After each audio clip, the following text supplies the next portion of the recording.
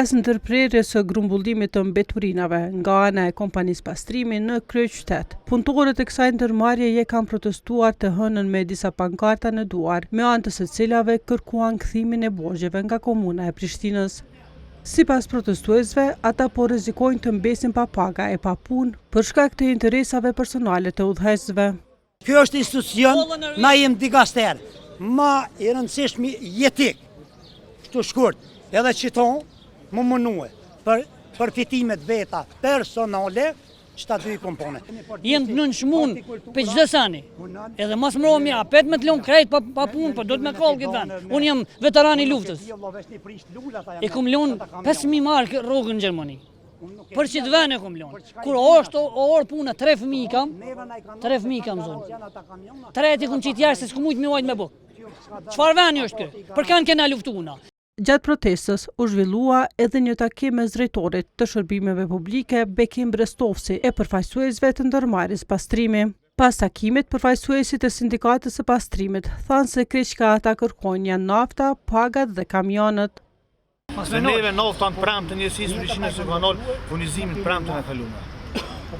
Nuk e kanë ardhur, le të sigurojnë naftën, na dalën punë. Veç për një sene e nalën punë, veç për rroga. Nëse s'na dalën rrogat na nalën.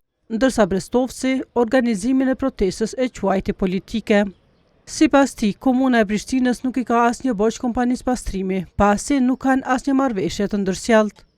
Ndërmarrja e pastrimit nuk ka marrëdhënie kontraktuale me komunën e Prishtinës dhe si të tillë nuk ka mundësi të kemi borxh, nuk kemi mundësi me pagu kërkon nga paraja publike pa pas kontratë. Kontrata është e prit prej 28 dhjetorit në tavolinë për të nënshkruar.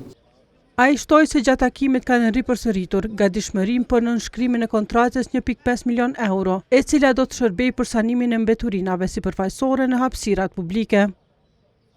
I kontaktuar nga koha, kryeshefi i kompanisë pastrimi, Petri Treqica, tha se nuk ka pasur asnjë ftesë zyrtare për nënshkrim të ndonjë kontrate. Nuk kam pasur asnjë ftesë zyrtare. Nëse ka bërë ndonjë thirrje publike, unë nesër jam në komunë për të nënshkruar çdo marrëveshje që është në favor të kompanisë dhe që na mundson ofrimin e shërbimeve ndaj qytetarëve. E kryetari i Prishtinës Përparim Rama, i cili një ditë më parë premtoi zgjidhje të kësaj çështjeje, ka shkruar në rrjetet sociale se nuk do të lejojnë që keq menaxhimi të rrezikojë shëndetin publik dhe pagat e punëtorëve të ndërmarrjes pastrimi. Ndryshe nga e mërkura e kaluar, kompania regionale pastrimi ka ndërprer shërbimet për grumbullimin e mbeturinave në kryeqytet, për shkak se, siç ka deklaruar Reqica, edhe në emisionin 038, kamionet ju kanë mbetur pa naftë, pasi kontoja e ndërmarrjes ka mbetur 0.